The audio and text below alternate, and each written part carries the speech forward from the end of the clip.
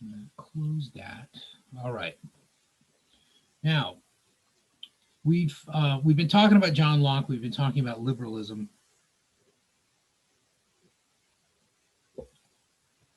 And the main things I wanted you to focus on were initially his discussion of the state of nature and the law of nature, his discussion of private property, you know, how private property is so centrally important to the philosophy of liberalism. It has to do with the whole notion of property rights and of the rights of private individuals. Okay. One of the distinctions that we can draw between Locke and earlier philosophers we've looked at is he represents a more modern way of thinking in that he's disproportionately concerned not so much with public good as he is with private rights, private entitlement, you know, some sort of private privilege, particularly the privilege of property becoming a right. That is, once you secure this property, okay, then you have a right to keep it. So what we're trying to figure out at this point is, how does Locke say that you go about acquiring something that you then can claim as a right of property? What do you have to do, according to Locke? What happens as a consequence of which you can lay claim to something as yours and privately owned by you in your possession? What do we have to do, according to Locke? He has apply your labor to it. Go ahead. Oh, I just said apply your labor to it. What does it mean to apply your labor to something? Like, he gives the example of if you pick an apple, then it becomes yours. So that's applying your labor to it. Like, you did it. You worked. Okay. All right.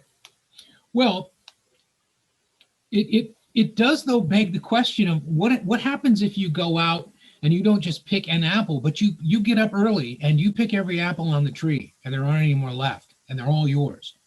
Is that your property? Yeah, but a lot of them are going to rot.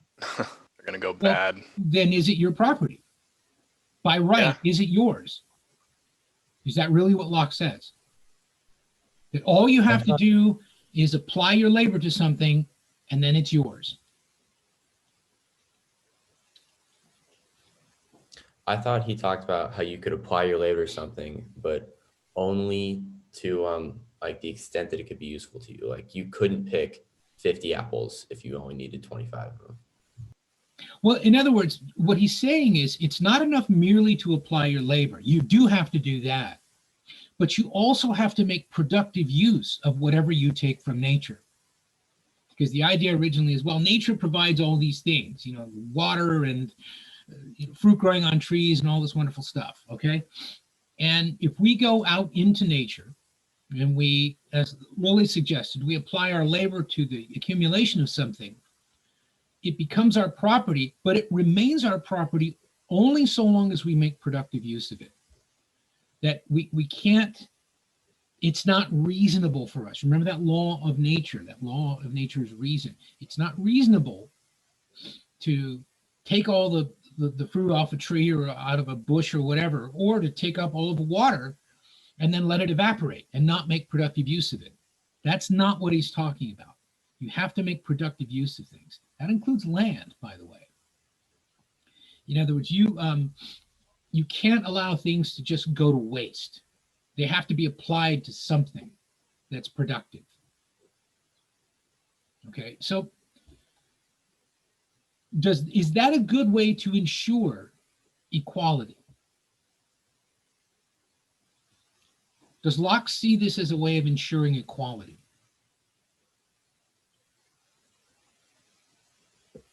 And the reason I ask is that so far, most of what we've talked about in Locke involves these general principles that apply equally to everyone. That everyone has this right to dispose of things as they see fit, and that everyone has a right to this notion of perfect freedom and everything else. But now he seems to be qualifying that by saying, yeah, you have a right to dispose of things as you see fit, but not merely to throw them away.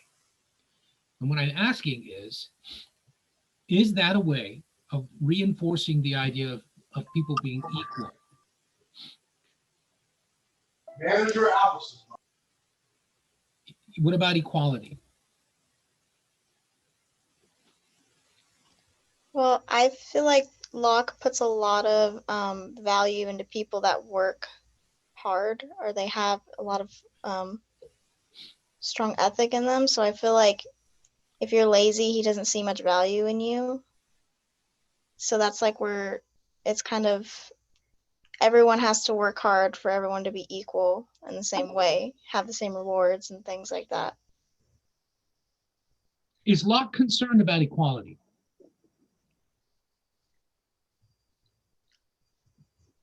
Well, I don't think so, probably because he talked about slavery like it wasn't that big of a deal. Well, I don't think he talked about it as though it weren't a big deal. The idea of any, if you think about his theory of slavery, it derives in part from his argument that slaves are taken largely through conquest. Okay. Implicit in the idea of conquest is they put themselves in a state of war against us. The problem with respect to slavery, especially the Atlantic slave trade, he never quite explains how that works in actual fact.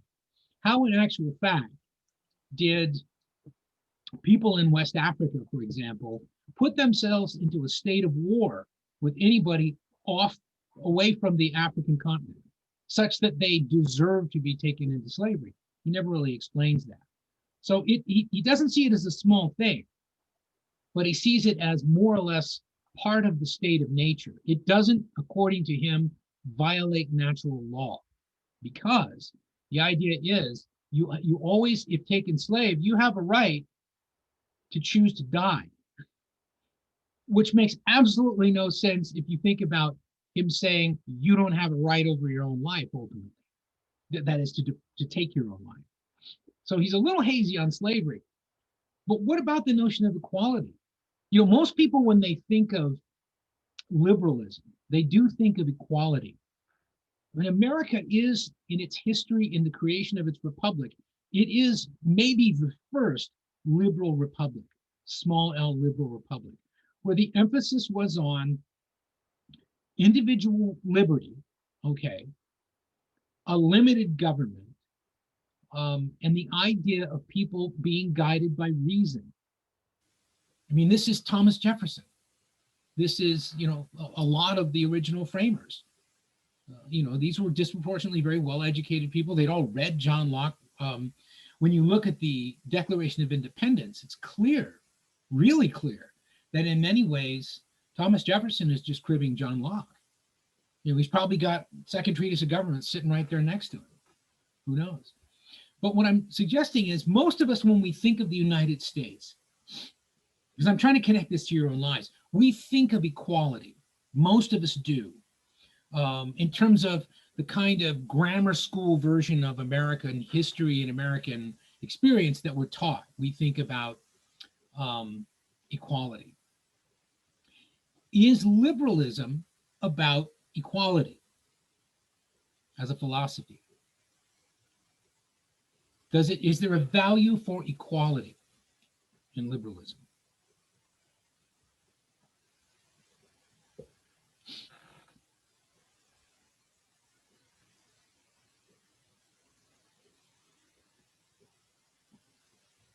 You have 5 seconds. Is it fair for me to assume that most of you have not read this? I read it, man. It was kind of hard for me to digest all of it. I had to reread a lot of stuff. Well, I think, though, that questions about equality, okay, they're kind of there, okay?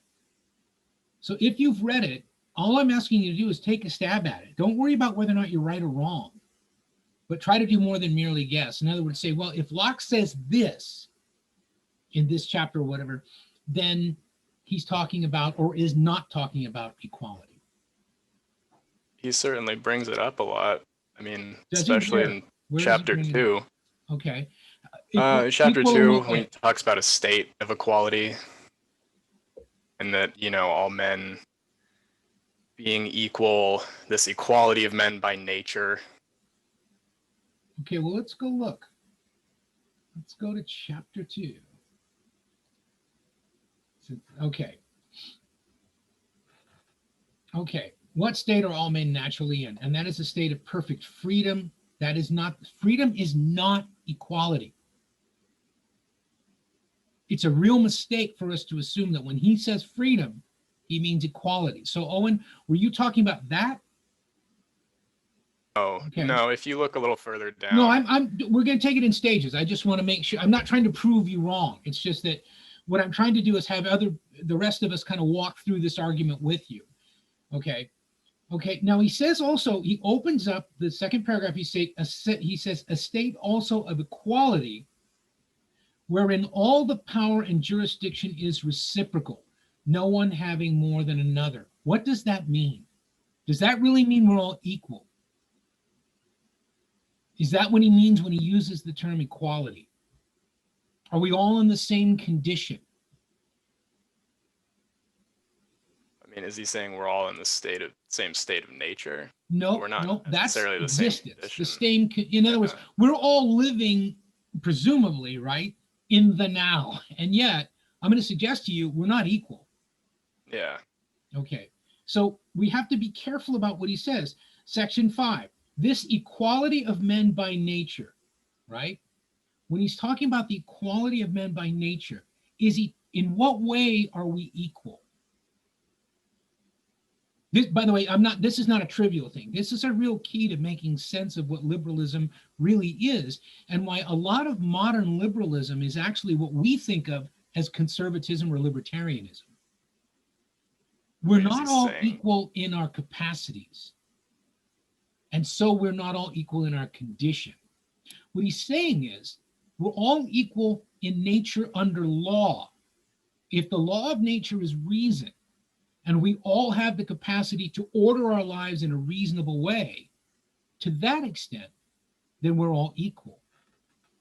So that is one way that we can understand what he means by equality. In other words, presumably, roughly speaking, all human beings have a capacity to reason. To the degree that you have a capacity to reason, in a state of perfect freedom, you are free, just like everyone around you, to exercise that reason in governing your own life in a state of nature. But he's not saying we're equal, nor that we ought to be equal in the actual conditions of our lives. If we go from where Owen is, and he's not, you see what I'm saying? He's not wrong. It's just that I want to make sure we understand what Locke means by equality. This is like, Owen, like you said, sometimes it's hard to digest this stuff. We have to stop and think, well, wait a minute, what does he really mean by equality here? Equality under law. But in nature, what law is there except reason? So what Locke wants to do when he moves us into a civil government is to maintain that sense that in one way, and the only way that matters, we are equal. We're equal under the law. That simply being wealthy or poor doesn't determine your protections under law. Because in a state of nature, even a poor person is going to have the same capacity to reason as a wealthy person. Now, it's up to us to determine whether or not they exercise that reason, but they have the same capacity. The fact of your poverty does not make you unreasonable. Okay. The fact of your wealth doesn't make you more reasonable. It could be that you work harder.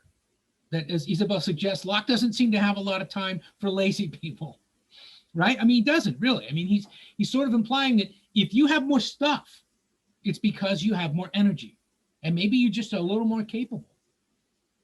Well, what happens, for example, if we think about the significant inequality that existed at the time that he was writing? And arguably that inequality was greater than it is now, right? And yet he's got this philosophy that seems to imply some capacity for equality under law.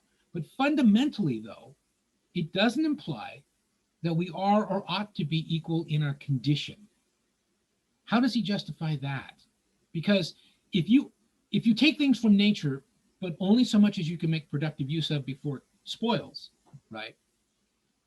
Everybody ought to be able to feed themselves. But clearly, he's living in a society that has widespread poverty in a country that's been on the brink of starvation on and off for 400 years. So what went wrong? How is it that we can have, for example, at the time that he's writing, a tiny number of people who are immensely wealthy and a vast sea of people who are largely poor? Is that natural? Or is it something wrong with the way we built the social contract when we entered into a civil government? Is it natural to have that kind of concentration of wealth before you leave the state of nature? Is it part of the state of nature to see significant wealth inequality, according to John Locke? In the section on According to property, John he helps. Locke, it is. Okay, how is it? How do we know that? What Well, creates because- wealth? Well, he says that one man can come into power over another just from, I guess, punishment, I guess, in a way. Like the bottom or the people on the lower level are punished more. Where does he say that? This is in the state of nature. Where does he say that people in a lower level are punished more than wealthy people? I guess he doesn't really say that. That's No, he just what doesn't, I- but I think you're looking in the right direction, but there are a few trees in the way of the forest that you're trying to look Yeah. through. But I think the thinking is interesting. Let's go further into his definition of property. So if we go to chapter 5 on property, okay, the initial state of nature is that we're given the earth in common as a species, okay, which implies a kind of primordial equality. But the problem is we don't all make equal productive use of that nature, of that planet, right? Some of us extract more wealth from it than others. This changes fundamentally when we discover and by consensus agree upon durable forms of wealth. That is not just fruit that will spoil or meat that will turn rotten or land that can be taken by force. But we create agreed upon conventions, institutions that signify wealth that are durable. And what are those? Currency. Yeah, currency. Starts out with things like precious metals. You know, precious, because the thing about a diamond or a gold is it doesn't rot. Okay? The only real intrinsic value that it has for our purposes is what we ascribe to it. And because gold was relatively scarce and took a lot of labor to get out of the land and was valued once it was refined, we decided that that could actually stand in for other kinds of wealth, including property, food, and other things. That is, we could give some of that in the form of coin, and in return, we could receive those perishable kinds of things that we can't have too much of or it will spoil. So we could go buy food, or in fact, we could go buy anything that might otherwise spoil. So the more of that durable currency you have, the wealthier you are. So what the important thing about this is that he is saying that this occurred while we were in a state of nature. It occurred before we entered into modern civil governments, that there was this vast inequality of wealth. The few who controlled most of that gold, or through banks controlled most of that paper, that those bank drafts that had to be approved by a bank and represented actual wealth sitting in a bank vault somewhere that you had. Okay? That did not accrue equally to everyone. He argues it accrued disproportionately to the people who worked hardest. Right? That is, the harder you work, the more you are rewarded. Those rewards are natural. If you work harder, that is, if you, I think Lily had suggested, if you put more of your labor into extracting value, then you should receive more of value. Right? And this is a natural, reasonable thing, according to Locke. So what he's saying is that even vast inequalities of wealth are perfectly natural and therefore perfectly reasonable, because they're indications of who's working hard and who's being productive, and on the other hand, who is not. So what he's really giving us is a theory of sort of natural inequality in the material sense. What's never reasonable for us to do is to surrender the one protection or right that we all have, which is the right to be secure in our own lives, liberty, and property, however modest those things may be, simply because of the law of reason.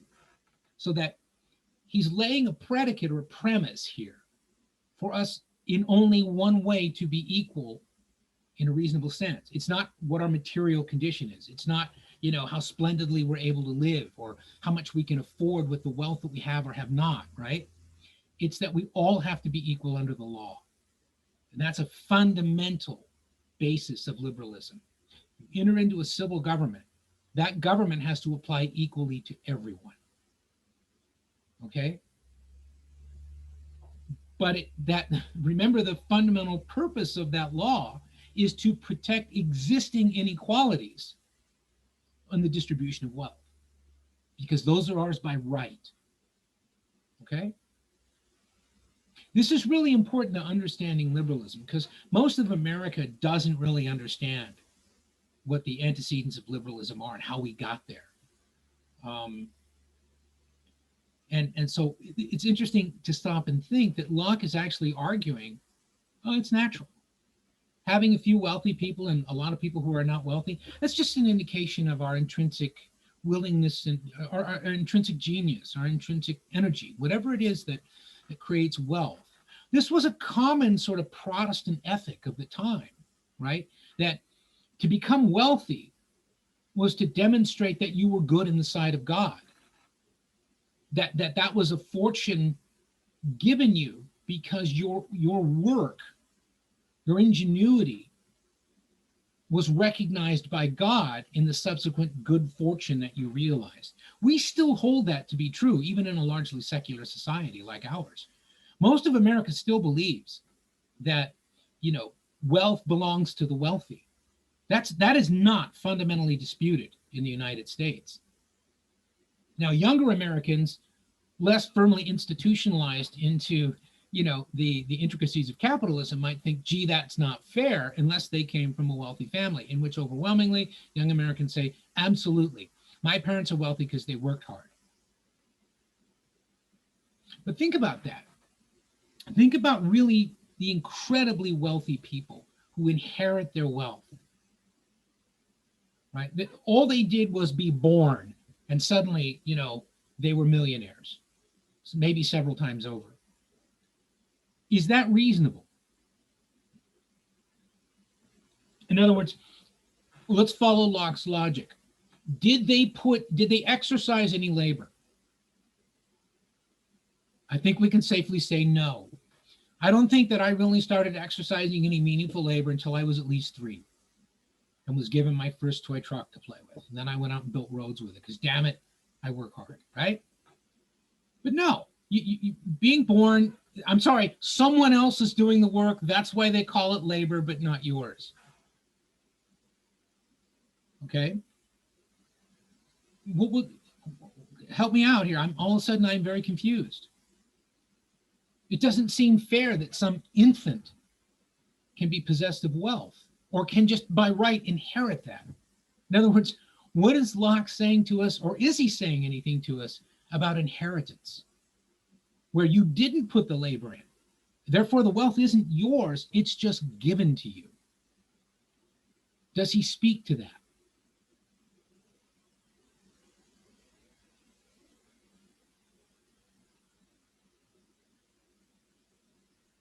I think he kind of, I was reading sort of into chapter 6 about it, and he says that, well, he talks about the state of equality, but he kind of talks about how they're just born to it. Like you're just born to this sort of bond of wealth or life that your parents sort of had for you. Like you don't really have a say in it until you're old enough to put labor into it. But he doesn't talk about that much. Well, let's look what he says. I hadn't assigned chapter 6, but if you look at, it says section 54. this is about the third paragraph in chapter 6. And he says, though I have said above in chapter 2, which we already talked about, this is what Owen was talking about, that all men by nature are equal. I cannot be supposed to understand all sorts of equality. Age or virtue may give men a just precedency, that is, of one over another, right?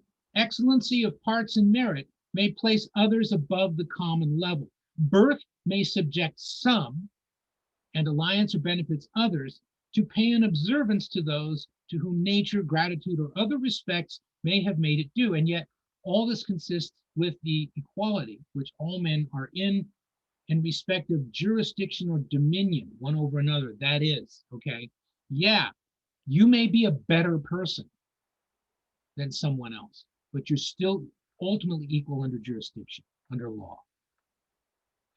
But when you say, children, I confess, are not born in this full state of equality, though they are born to it. And I think, Isabel, that might be what you're talking about. Am I right? That's a very subtle reading of that. I like that, okay? Let's look at that. Children, I confess, this is section 55, if you're following along at home. Children, I confess, are not born in this full state of equality, though they are born to it. Their parents have a sort of rule and jurisdiction over them when they come into the world and for some time after. But it is but a temporary one. The bonds of this subjection are like the swaddling cloth. Now, what he's really talking about there is parental authority. Okay, in other words, until you're an adult, your parents do have an unequal authority over you. But he's not really talking there about property. But is it implied in that? It might be, okay. Because what he's talking about is that, if you go to section 58, the power that parents have over their children arises from that duty which is incumbent on them to take care of their offspring during the imperfect state of childhood, to inform the mind and govern the actions of their yet ignorant knowledge, till reason shall take its place and ease them of that trouble. Okay? So the idea there is parental authority is also an obligation, and that accrues equally to all parents. You have to take care of your offspring. To do anything other than that is unreasonable because they can't take care of themselves. Human beings as a species take a long time to mature, a really long time to mature. And the only reason we survived as not only a species, but arguably the dominant species on the planet is because we didn't leave our children to take care of themselves. And our children knew almost instinctively to defer to our authority as parents. Had that not happened, they would never have survived. Okay, but it's hard to say that we get a law of inheritance from that. Okay, it's subtle. It's really subtle. This idea of, well, how do you work inheritance into this? Here's one of the things I'd like you to do. Okay, this might be an easier way for you to get at it, because this is what I want you to wrestle with. If you were actually to use the magic of your smart devices after class sometime, right? And just Google John Locke private property inheritance, okay? And see what you find. You don't have to do it right now, but it is one of those. The reason I bring it up, there are a lot of people, again, like in graduate schools, who still argue about this, about whether or not Locke is really clear about a natural right of inheritance. Some people say, yeah, he is. Look here and here and here. This is what he's saying. Other people say, no, those things he's saying relate back to these other things he said. He's talking about something different. So it's okay that you're not clear on this. I'm just saying, what I'm trying to do is show you can really go down a rabbit hole with something that at first blush seems pretty simple. We're all more or less created in this perfect freedom, and we're all capable of reasoning, and therefore, we live in this wonderful state of nature. But it begs the question, if it's so great, why do we leave it? Because we do. Why did we leave the state of nature? Why did we form civil societies under law? Because it wasn't working. So then it begs the question, is the problem with liberalism the maldistribution of wealth. So when you look at the reasons for entering into into a civil government, right? If you look at chapter 7, okay, of Political or Civil Society, now there's a lot of stuff in there that will bore you. Okay, he does a lot. It's all very biblical and men and women and all this kind of stuff. He's got this very sclerotic view of the things. He talks about marriage and masters and servants and all this. Okay, but when I'm trying to get down to the section where he actually helps us. Okay, he rejects monarchy, first of all. But if you jump in at about section 88, and thus the Commonwealth comes by a power to set down what punishment shall belong to the several transgressions which they think worthy of it. Okay, so we decide that we have to punish people. What are we punishing them for? Violating the law of reason. By doing what? Dispossessing us of our property. Ultimately, what Locke is really saying, for our purposes, if we just strip away the nuances and subtleties, is we have to leave the state of nature because we cannot be sufficiently secure in our persons and property, particularly our property. That is, the more we accumulate, actually, paradoxically, the more vulnerable we become. And so you could argue that the purpose of civil government, more than any other purpose, is to protect property, private property. Okay? And again, sometimes it's hard to understand because sometimes when he says property, he's including your own life. But sometimes he's not. Sometimes he's really just talking about that which you have, which can be countenanced as wealth or recognized and understood as wealth. Okay? If you look way ahead, if you skip way ahead and you look at the original architects of the Republic, you run into a little tiny guy by the name of James Madison, all 5 foot nothing of him. He's the guy who kept the only complete set of notes on the Constitutional Convention that we have to this day, right?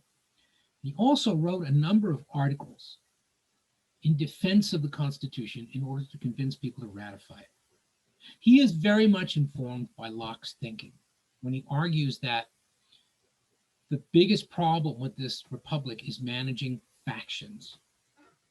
And he asks the question, what is the most enduring cause of faction? And what do you think he comes up with? This is one of the fundamental architects of the American Republic. He wrote the Virginia Plan, which was immediately introduced to abolish the existing United States government. By the way, pretty much illegally. Okay. What do you think he saw as the most enduring cause of faction? Class, What does class mean? like wealth disparities, The property. unequal distribution of property.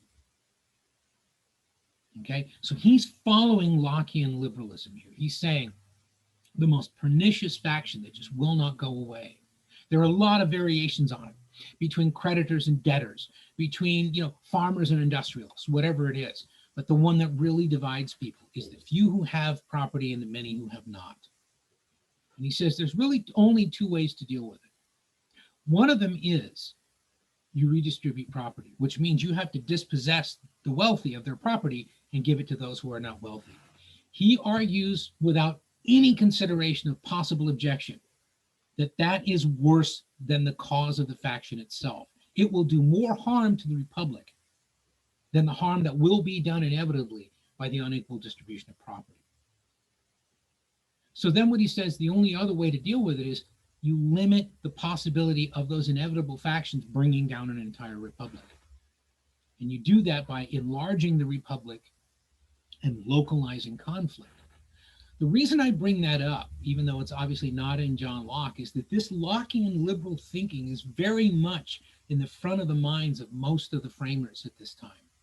Okay, none of them wanted democracy. None of them wanted democracy, and they didn't get one. Okay, they actively opposed democracy, actively, publicly opposed democracy. Okay, the presidency was not supposed to be empowered by popular election. We didn't even begin to count the popular vote in the presidency and ascribe electors on the basis of that until 1824. Okay. We didn't vote for the United States Senate until the election of 1914, and that took an amendment to the Constitution. Okay? So the idea is it's okay that not everybody has equal power. Now, is that liberal? Because Locke seems to be saying, well, you know, you can certainly be and naturally will be unequal in the virtues that you have, your work ethic, whatever it is, and so in the amount of wealth that you have. But you all have to be equal under jurisdiction. If some people control who runs the government and most do not, is that equality? Or is it at least consistent with Lockean liberalism? Because we're trying to figure out, well, if the important thing to do is preserve the law of reason and thereby preserve, you know, liberalism. Is it reasonable to dispossess most people of the power to exercise control over politics? Have we dealt with any thinker so far who would answer yes to that question? Yes, it is reasonable to make sure that most people have nothing to do with politics. Have we encountered that thinking before? Plato. Yeah, sure, in the Republic. Because it's not part of he would assume it's not part of the nature of most people. Producers they're not political animals, they're producers. They don't possess the proper virtues. So what I'm asking is, if you're going to create what Locke sometimes calls a legislative, meaning some form of deliberative government, right? Not a monarchy, not an absolute authority. Is it liberal? Is it natural? Is it reasonable, following Locke's notion of reason, not to include most people in that?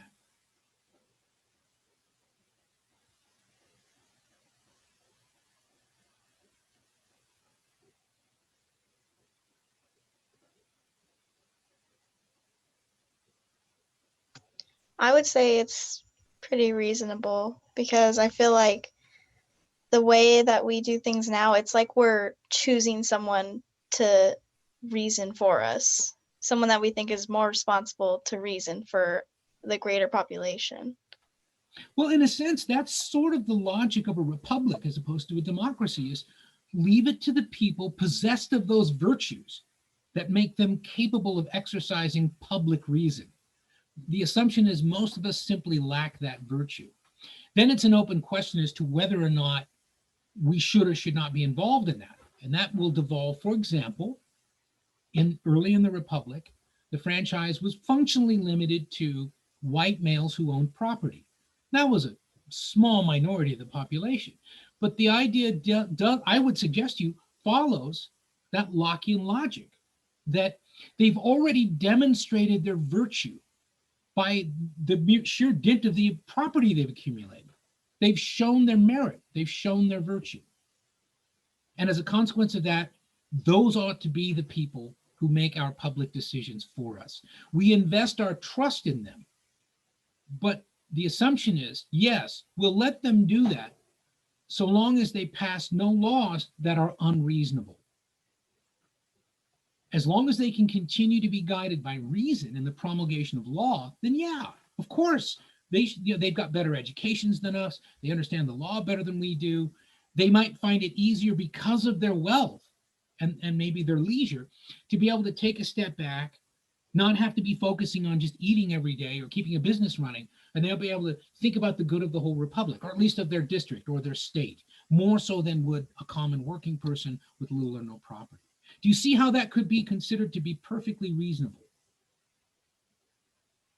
And that it could explain why, for much of the early history of this country, very few people were actually considered worthy of public decision-making. And the system was built that way. The system was not built to operate the way it operates today. It wasn't. It was not built to empower, 150 million out of 320 million people. That was never intended. By the way, it actually functionally empowers almost another 100 million who chose not to vote. The idea is, look, The vote's out there. The states will determine how you go about participating, time, place, and manner of elections, all that, and that's fine. The only thing that matters, according to Locke, ultimately, is that no matter how you create this legislative government, this deliberative government, so long as they produce no law that can objectively be assessed as unreasonable, that is, as imposing a fundamental inequality or punishing people not deserving of punishment, or taking simple crimes and imposing elaborate punishments and things like that. As long as that's avoided, then the way that government is constituted doesn't matter. The only thing that matters is the consent of those governed by it. Okay, this is really important. I would actually write this down. Okay, the fundamental, accountability of government, the legitimate authority of government to continue to govern derives from one thing: the consent of the governed. That's what limits government. If we don't consent, and if in the critical mass of us, say a majority of us, refuse to consent, then the government can be altered or abolished. By the way, that is not a right to revolution. Abolished might mean a constitutional convention at which we produce another constitution. That's abolishing. When we created the United States Constitution, we abolished the Articles of Confederation. Okay, but those 50 odd people sitting in that room did not commit an act of actual physical violence. The government simply ceased to function, and a brand new one was created. And then the challenge was they had to seek the legitimacy of the new government. And that was what the ratification process was about. Okay.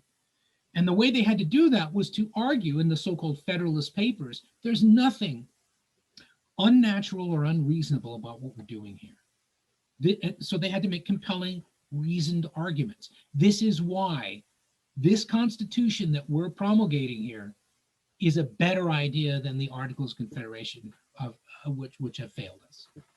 Okay? But it still had to hew to that notion of reason. It had to be reasonable. It couldn't be a tyranny. Locke is not advocating tyranny. What avoids tyranny for Locke is the consent of the governed and the ability of the governed to withhold that consent. That's what keeps government from becoming excessive or unreasonable. Okay? And so again, if the majority of people consent to allow wealthy people to get wealthier and the middle class to shrink and people in poverty to go without houses or food or anything else, if that's consented to, you could suggest, well, then it's reasonable. If the people are consenting to that, they must think it's reasonable. Now, we don't obviously completely consent to that, but if you think about the levels of inequality in the wealthiest country in the world, the levels of inequality that we have in this country, it's astonishing in some ways that so many in the middle class are indifferent to the vast inequalities of wealth. We know they are, by the way, because if they really were concerned about it, there probably would be more actual support than there is for things like socialism, for policies of radical redistribution. There has been in every European country at one time or another, but there never has been here. Never. Never has there been widespread support for socialism in the United States. It's always been a minority view.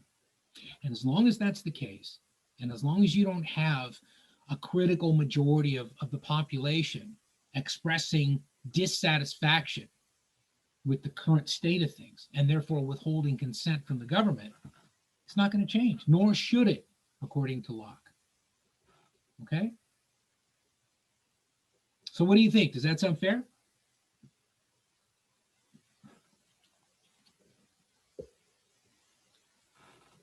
Come on, I'm asking for your opinion.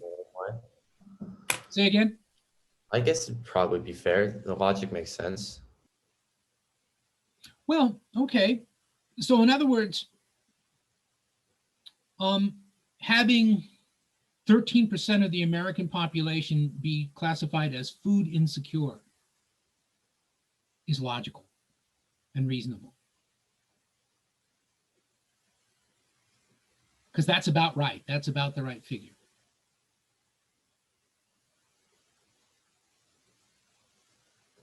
Come on, I'm asking I you. mean- This is your country too. You can Okay, have I it. take it back. No, I'm not trying to argue with you, Ross. I'm just, do you see the things that we accept, though, to which we consent? I mean, we just had an election. Did you hear anyone talking meaningfully about food insecurity?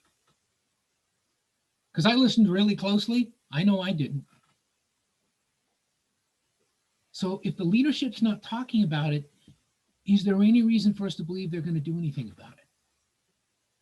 Is that what people voted for when they voted for Joe Biden instead of, we knew that Donald Trump wasn't going to do anything about it because he never even talked about it. Now, that doesn't mean he wasn't going to do anything that might help people, but it means that he could not have a picture in his head of a remarkably high percentage of people in the wealthiest country in the world being what is called food insecure, don't know where their next meal is coming from, and say nothing about it. But I would suggest to you, you didn't hear a lot of Democrats talking about it either. We talk a lot about how, the economy was really growing and we had these astronomical numbers until COVID hit. But a lot of people who were looking at this more closely understood that compared, for example, to other what are called OECD countries, also called developed countries, right? The United States had a significantly higher percentage of people who had to work at more than one job in order to make their monthly expenses. Now that's compared to other countries like us. Similar amounts of wealth, similar per capita GDP, similar levels of industrial development and post-industrial development and levels of education, and things like that.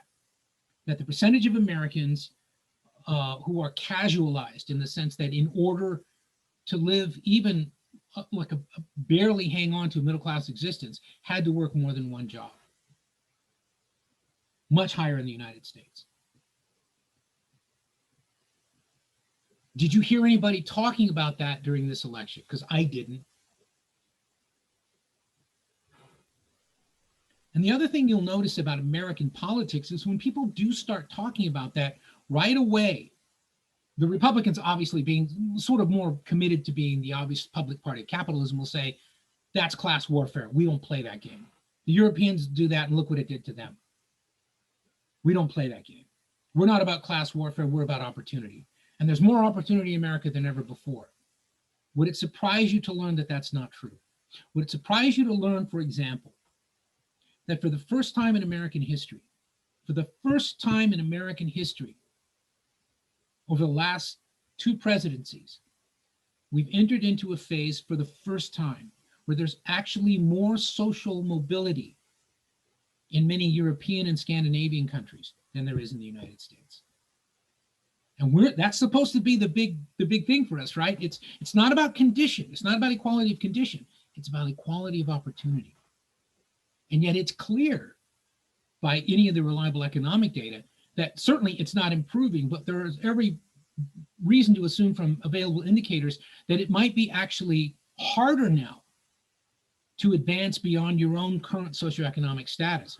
We've never seen a university-educated population in the United States that is going to struggle as hard for living wages as your generation. We've never seen that. I mean, when I got out of high school, I was struggling, but I didn't have I didn't have anything other than a high school education. I was working with my back. And I came of a cohort of people who were more or less expected to do that. So it wasn't, I accepted it. It wasn't considered unusual, right? But I think everybody probably in this virtual room is thinking, wait a minute, I'm not paying for 4 years of college so I can go out and work with my back.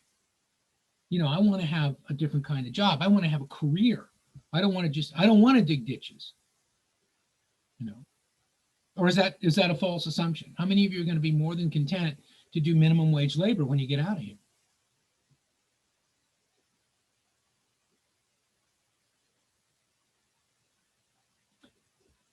I seem to have paralyzed you. Not me. I don't want to work a minimum wage job. I want to have a, a good career. Like, Well, okay, we know what you want. Why should you have it? Right, think like Locke. Why should you have it? because I'm working for it, putting Well, in my labor to are you really? Are you working right now to create value? I would I'm say not I'm trying to be working right, argumentative. like In other words, paying attention in What's class. okay? You are paying attention in class. Does everyone who goes to college deserve, let's say conservatively, does everyone who goes to college deserve a six-figure income? At least $100,000 a year right now. Which, by the way, is more than I make.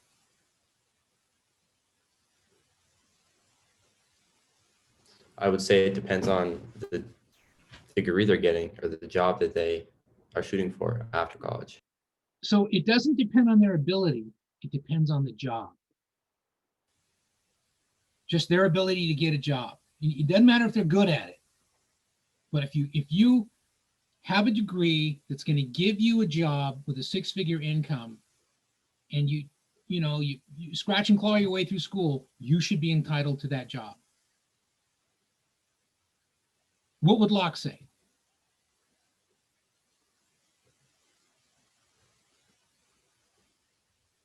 Well, Locke would clearly say that we didn't do enough.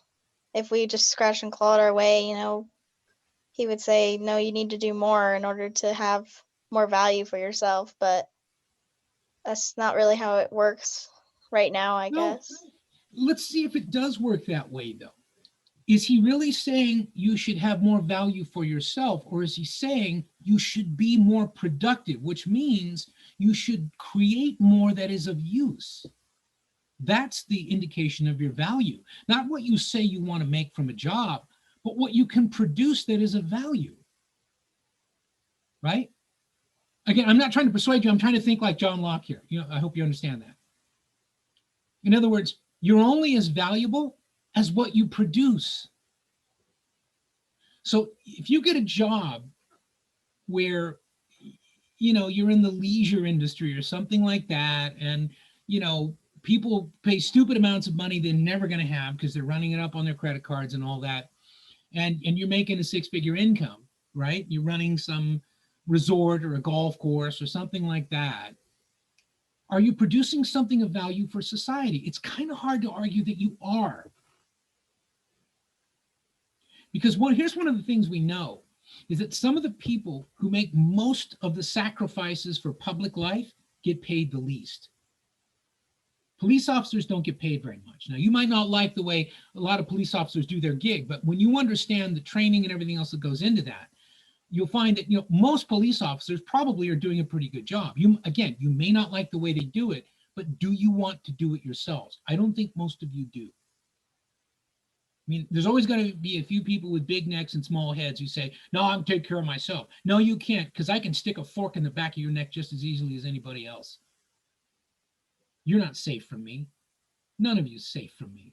If I decide to dispossess you of something you have and there are no police and nothing to stop me, and I've got to feed my kids, I'm having it. I'm absolutely having it. That's how valuable law enforcement is. But when you look at the way we pay police officers, I'm not impressed.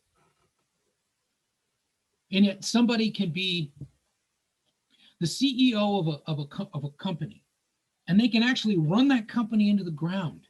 And if it's wealthy enough, not only are they not going to be fired and not go to jail, they're going to take a gentle retirement, and they're going to take millions of dollars of profit with them in the form of stock and options and everything else. Is that reasonable? What do you think we saw in the last bank collapse? Did anybody responsible for that go to jail? No. You know what they did? They came out of it with profits. They got bonuses, or they gave A themselves. lot of them got bonuses.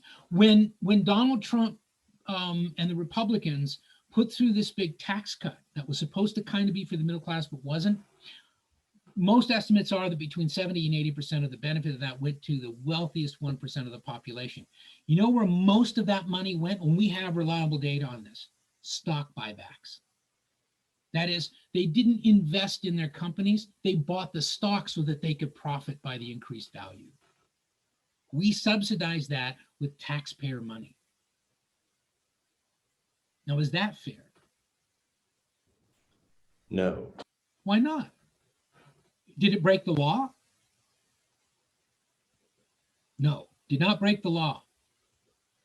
Is it their wealth to dispose of as they see fit? Locke would say yes.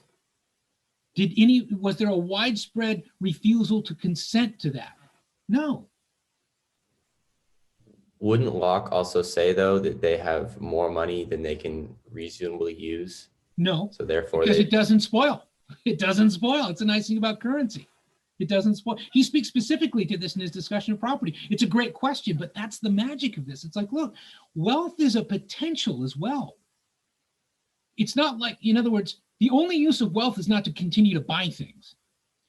It's what's called being, you can invest in other things. You can accumulate wealth with the idea that it's a potential productive resource when something comes along. That's what venture capital is. If you look at all the initiatives right now in the private sector to build launch and delivery systems for rocketry and ultimately for interplanetary travel, overwhelmingly that's in the private sector. A lot of that massive wealth that we think of as just sitting in bank vaults is going in as investments, is buying stock in those companies, right? To help finance their research and development. That's productive. I can't afford to do that. I don't think any of you can afford to buy stock in those companies. So we make a mistake when we think that everyone who's wealthy is just sitting on top of money that someone gave to them or all that. I mean, if it's productive, it's productive. And Locke says, remember, as long as you're making productive use of it, then you have a right to be secure in that. And that means you have a right then, you've accumulated that wealth legally. You haven't violated any law or anything else. Then you have a right to dispose of it as you see fit. It's the same reason why even before Citizens United, but particularly after that, we're sort of stuck with this idea that we are unique in the United States in equating money with speech and saying, in a sense, the more money you have, the more speech you have. You buy a bullhorn instead of your own voice. And that there's nothing wrong with that. That is the existing legal precedent in the United States. It really is. Okay, and so again, we've built a republic for the purpose of accumulating wealth. That's what this was for. We did not build a republic to emancipate the human spirit from the tyranny of monarchy or anything like that. We built a republic to develop a formidable economic engine on the world stage. That was the purpose of it. It's what Alexander Hamilton described in the Federalist Papers as active commerce. That we were actively going out into the world and accumulating and investing wealth in order to expand our power. There was always a presentiment of empire in this republic, always, from the time of its original inception, that we would be a great, vast power. And we did that remarkably quickly, okay? That's what this republic was created for. It really was. This republic wasn't created so that you could all be free. Because if you were free, there'd be no protections for you. Because there is an inverse relationship, right, between freedom and security. The more secure you are, the less free you are. Because what makes you secure is impinging upon others' freedom. In this case, their freedom to harm you. We have more laws on the books now by far, more ways in which I can walk out on the street and commit a crime by far than existed at a much more arguably conservative time when I was born. It's a lot easier to break the law now. It's a lot easier to violate, whatever the existing policies are on a university campus now than it used to be. We are less free. Haven't we sort of asked for that in a way? Yes, we have. Yeah, we have.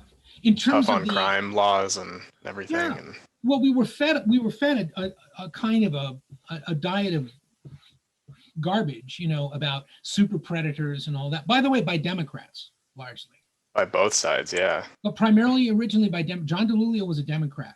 Bill Clinton Yeah. got into this as a Democrat. Hillary Clinton loved this stuff. More cops on the street, tougher sentencing, all that. Joe Biden was right there supporting all that. This was not some Republican conspiracy against people of color. This goes all the way back to Nixon and the silent majority. Okay. And all those bills were overwhelmingly popular by both parties, I guess is what I meant. Yes, they were. Oh, I'm People sorry. voted Yeah, for them. no, I'm sorry. Yeah. I misunderstood you. I beg your pardon. You're right. They were. In other words, there was widespread consensus on the war on drugs, for example. There was widespread consensus on, the 3 strikes laws. Now, there were a lot of us who resisted those, but we were looked at as lunatics and radicals. Okay. Because a lot of us sat around and said, here's what you're going to get. I remember making the argument in a panel one time. This goes back to, God, it must have been 1990, before I got my PhD. And making the argument that the United States was going to surpass the rest of the world in per capita incarcerations if we kept going the way we were, and people laughed. They thought that was the most ridiculous thing they'd ever heard. Well, the old expression about America, we're number one. We are. We are. Yeah. We incarcerate more people per capita and raw numbers, right, than any Well, other country. Pretty much. Yeah. And that includes Russia. That includes Iran. China. That includes, China is a tough one because we don't know how many people are really in their prisons. That's true. But you see what I'm saying? In other words, we advance this idea, this sort of liberal notion, right, of freedom. And it's a great idea as far as it goes. Again, freedom under reason, right? Freedom under law. And we've been doing that, pretty consistently for the better part of 240 years. And yet, we don't live in a police state or anything like that, but we do live in under conditions where there are a lot of ways you can break the law. And there are a lot of bad things that can happen to you if you do. Okay. But what's really crazy to me is those cities, like Baltimore and DC, where they enacted those like drug-free zones where you can be charged for just loitering in an area. It's like a designated drug-free zone. You can just be arrested for being there. yeah, you can. The degree to which people actually are is another thing. But just the idea of it, you're right, is kind of absurd. But I would go beyond that even and say, when did universities stop being free speech zones? Entire campuses. I mean, I never, until I came to SOU, heard the expression free speech zone applied to a campus. As though there were only some places where you had protected speech. Now, the official policy of SOU is that, in fact, right up to the point where you disrupt, the business of the university, yes, you have a protected right to express yourself. You do. But that, by the way, that needs to be clarified. And a few years back, there were a couple of us who were a little skeptical about that.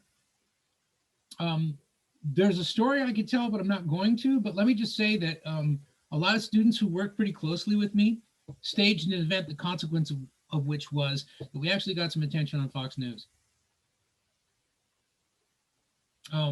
The idea behind that being, are we as good as our word when we talk about academic freedom and free speech?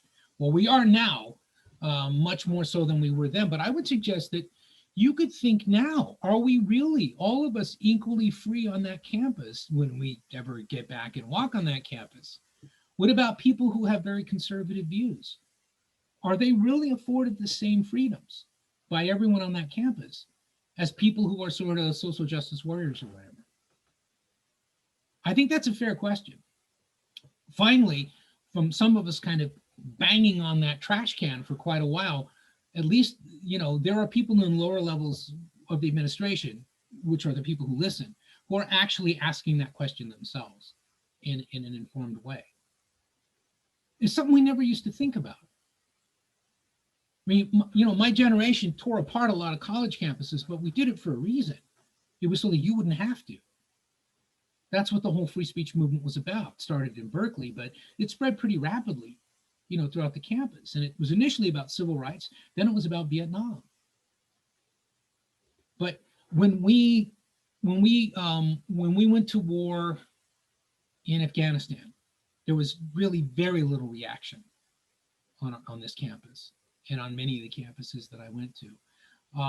When we invaded Iraq, there was surprisingly little action. You always get a few professors who go out and are only too happy to pick up a bullhorn and sound important and everything else. But I was really surprised at the relative quiet that there was when we were invading two territories and occupying one of them militarily, Iraq. You would have thought that wasn't happening as it was happening. So there's a loss of freedom there too. The reason why I bring these things up is it's not to fault SOU. I think everybody at SOU is doing the best job they know how to do. That's not the point. But it gets at this question of what we really mean anymore by freedom, right? What I'm suggesting is if we go back to one of the sort of primordial sources of the modern notion of freedom, which is Locke's liberalism, I think you can see in there, he's not talking about democracy. He's not really talking about everyone having exactly the same rights to do everything. Privilege can matter, okay? Wealth can matter, and it should, because it's an indication of virtue and merit, according to Locke. I hope that makes sense. Now, is he right? This is the kind of argument that you've got to get into with people. Argument, discussion. But you really are the only people who can decide that. This is what you're inheriting, what you look at right now. What I'm trying to suggest is, how do we get here? This philosophical freeway brought us here. In its time, it was considered incredibly radical thinking, very visionary, very forward-looking. And for the times it was, because it was anti-monarchical, right? And to some degree, it mitigated the power of the aristocracy, even. Remember, this country was founded with functionally no political advantage for an aristocracy. That you can't, for example, hold any office or title within government and be a part of having some title of some other kind in another country. You can't do that. You can't be subjected to a religious test as a predicate to holding office in the United States, which is why a lot of people are saying that when Democrats cross-examine Republican appointees for the courts and start asking them about abortion policy and stuff like that, they're tantamount to giving them a religious test. And Republicans kind of do the same thing. That is, if you didn't talk about religious freedom or something like that, as though religious freedom really were under assault in the United States, right? But technically, according to the Constitution, no religious test. Your religion is personal. It's not public. It's not political in the original republic. Why? Because that's reasonable. It isn't that you are without religion. It's that your religion is for your personal life. It might, in terms of its ethics or morality, inform your public life, but it shouldn't be deterministic, and it should not be imposed on other people because that's unreasonable. That's why we were created largely as a secular republic. We were not created as a Christian republic. We were not. This is a secular government. You do not find any invocation of Christian religion in the United States Constitution. Zero. There's a reason. It's funny because a lot of politicians refer to it that way. Yeah, that's because they don't know what they're talking about. No, they don't know what they're talking about. There's nothing in there. If you take away the expression, the year of our Lord, which was a common legal expression at that time, having nothing to do with Christianity, technically, only episodically, right? Other than that, there's nothing there. Even the notion of that Congress has no power to establish religion, that's not specific to Christianity. In fact, if you think about it, that can undermine Christianity, because it's saying the United States government can, by no act of Congress, establish an official religion, even Christianity. It doesn't say, by the way, that the states can't. That's the more prevailing interpretation now, At the time that it was drafted, that was not the purpose of that, to eliminate established religion within the states. Because remember, the 10th Amendment gives the states rights to do anything that's not explicitly spelled out in the Constitution. There's no explicit notion in the Constitution that states don't have the right to establish religion. There's a reason for that. Some of the states had established religions. And the concern is if you take that away from them, they won't ratify the Constitution. Again, mechanisms of consent. What we're talking about is government by consent. This republic, for all that it was in many ways tantamount to a coup, still the concern of the framers, when you read the notes of the convention, is how are we going to maintain legitimate authority? We've got to give people some mechanism of consent. If we don't, we will not be seen as a legitimate government. And indeed, many argued we would not be a legitimate government. That would be, in Lockean terms, unreasonable. So there still has to be this mechanism of consent. The original mechanism of consent was twofold. One, the devolution of federal authority to the states, giving the states some retention of the powers they now had. The second one was the House of Representatives, to be decided by popular vote, by a district of 30,000. That was the original size of districts, was 30,000. But you see what they were trying to do? They were trying to follow that modern, what was then modern Lockean logic of ensuring a government by the consent of the governed, limited by the consent of the governed. That's why the articles of impeachment for a president have to be passed by the House of Representatives before they are adjudicated in the Senate. That's supposed to be a mechanism of consent. Okay? Okay, any questions? There's a lot here. I'm giving you a lot, but I want you to start thinking about this, because where we're going to go from here, obviously we're not going anywhere on Wednesday because you get the day off. But what I want us to be able to do is to think about, from here on in, think about the different ideas that we've dealt with. Think about, the principles under which the Platonic Republic was created, or that the Aristotelian notion of the polity or the other kinds of government were going to be created or maintained. Think about what the reasoning was behind those, the assumptions about people.